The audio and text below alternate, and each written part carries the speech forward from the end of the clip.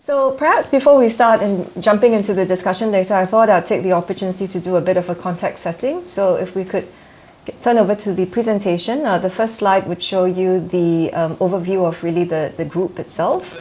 If you see the picture, that pretty much sums it up. In almost every country, we've got people on the ground, we've got trucks on the road, we've got aircraft in the air, and we've got containers at sea. We've also got warehouses. Globally, we've got about more than 500,000 people, about 80,000 in Asia Pacific. So what this means for communications is that first, we've got a very large international employee base. We also have a very diverse pool of employees demographically. You've got everyone from forklift drivers to data analysts. You've got people who are ground couriers to accountants, so it's a very large base. And spatially, you don't have people in a single place. We've got people on warehouses and the roads. They're not sort of all desk-bound as you might have for some other companies. And this poses a type of challenge on itself for communications.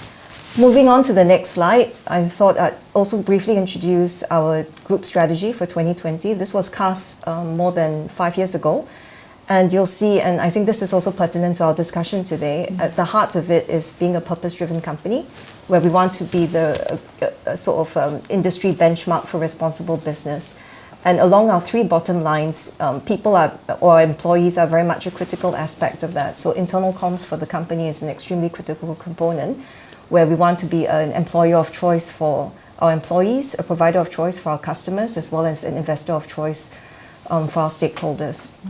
Moving along to the next slide, what's really been a focus for the group, actually right now, it's really a period of transformation, digital transformation that's happening across the industry. Within our company, we look at it as small I and big I. Small I being really an application of existing technology to make our work better. And big I are really sort of bigger innovations that we think have the potential to be transformative.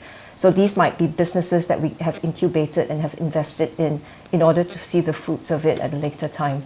And underpinning all of this is really culture, because as Peter Drucker said, culture eats strategy for breakfast. And if you don't have the right culture, the strategy can't take root and manifest.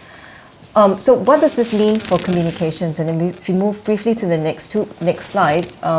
We've got some examples here of the technology innovations, as we talked about applications of that. And the next slide would have some of the big I. These are some of the companies that we have set up separately across India, Africa. Some of them are global, Europe as well, where we've got some electric vehicles. So moving into the next slide, when we look at the process of digitalization in the business, and what this now means in terms of communications, I think for us, as we talked about earlier, employees are one of the three key bottom lines. We really believe in focusing on people, because the company believes that if you have motivated employees, that's the basis for great service quality. So the fundamental basis of us being able to offer a good service to our customers starts with our people. And to that extent, communications plays a critical role in terms of change management, in terms of actually building employee advocates, and that's really something that we're passionate about and looking at. Across the group, it's a key KPI for the group, so we even measure employee satisfaction on an annual basis. And we believe that employees are part also of our sustainable business, so there's employee code of conducts on ethical standards. Diversity and inclusion is a big topic for us. And also a lot of employee training that we look at, because this is all part and parcel of building the skill sets within the organization. And finally, to my last slide, briefly looking at external comms for us, we looked also at the opportunities of building away from just traditional media relations of typically using press releases.